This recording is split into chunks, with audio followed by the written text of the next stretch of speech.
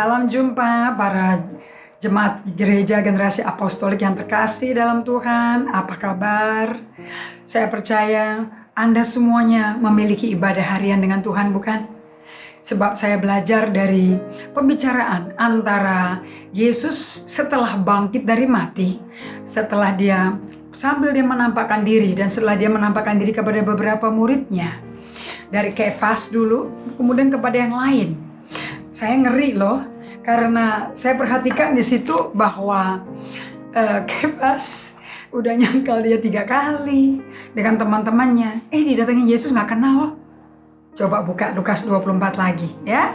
Itu ayat 13-32 is the main core yang berbicara keras mengenai kondisi kita.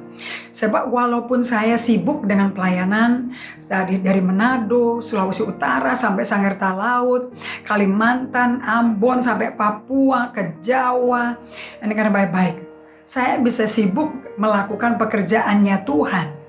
Tapi saya kehilangan hubungan intim saya yang perlu diperbaharui, yang perlu diisi kembali, yang perlu disehatkan dengan Tuhannya. To do the work of God ternyata lebih gampang daripada to be with God. Karena kalau kita nggak berada bersama Tuhan, kita nggak ada isi lagi bensin. Coba ya, 3,5 tahun, kurang apa saudara? 12 rasul itu dari murid menjadi rasul. Oke, mereka tuh pagi, siang, malam bukan ketemu Yesus 3,5 tahun per hari Minggu loh. Dalam ibadah maksimum sejam. Mereka pagi, siang, malam, subuh, mereka bersama Tuhan, tidur sama Tuhan, makan sama Tuhan, dengerin dia ngajar, lihat dia ngunjungin mertuanya Petrus, didatengin sama orang-orang sakit, orang kusta, orang buta Bartemius, wanita pendaran 12 tahun, diuber sama Jairus. Semua ini hitam putih, mata kasat. Ke-12 muridnya hidup bersama dia, nonton, pegang dia, cium baunya dia, makan sama dia, masuk ke kapal bersama dia, ngadepi taufan, badai, angin sakal bersama-sama. Yet waktu dia bangkit dari mati, mereka semua shock. And Yesus datang di tengah-tengah pembicaraan dalam perjalanan ke kampung Emmaus antara Kefas dengan temannya. Mereka lagi berbincang-bincang apa yang telah terjadi. Kok mayatnya sampai nggak ada? Kok kosong di kuburnya? You know? Nah, di situ Yesus sendiri mendekati mereka. I like the word mendekati. Kalau bahasa Inggrisnya He draw nigh to us. Anda pernah dengar lagunya? Draw me close to you. Nah, kemudian dikatakan, lihat ke atas, because your salvation draw nigh. Bahwa kata drawing near is such an important word. Yesus tidak pushing, dia tidak maksakan dirinya harus diterima kita.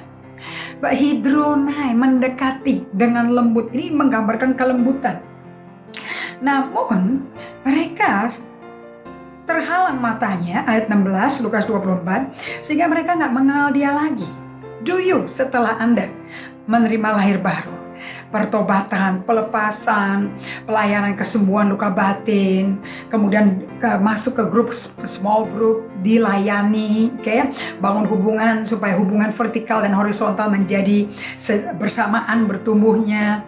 Do you ever waktu Anda melakukan waktu pribadi dengan Allah yang kita kenal dengan WBDA, pernah nggak baca Alkitab nggak dapat apa-apa? Pernah nggak Anda ngalami matanya kayak terhalangi deh? Nah, kemudian Yesus dialog sama mereka, tanya apa sih yang kamu ngomongin? Dan kemudian sampai di ayat 25, ditegur mereka, bodoh kamu, lamban sekali hatimu. Dan kemudian dia masuk dalam perjamuan suci, diajak makan. Dan pada waktu diajak makan, muridnya kebuka. Ini kan pengalaman kita terakhir di ruang atas Yerusalem. Sebelum dia mati, sebelum dia disiksa. Dan hati mereka berkata, waktu jalan itu ya kita belajar kitab suci dari dia, hati kita membara loh. Dan juga di ayat 45, Lukas 24, sekarang kerami-rami kepada murid yang lain. Yesus dikatakan di ayat 45, dia membuka pikiran mereka, sehingga mereka mengerti kitab suci.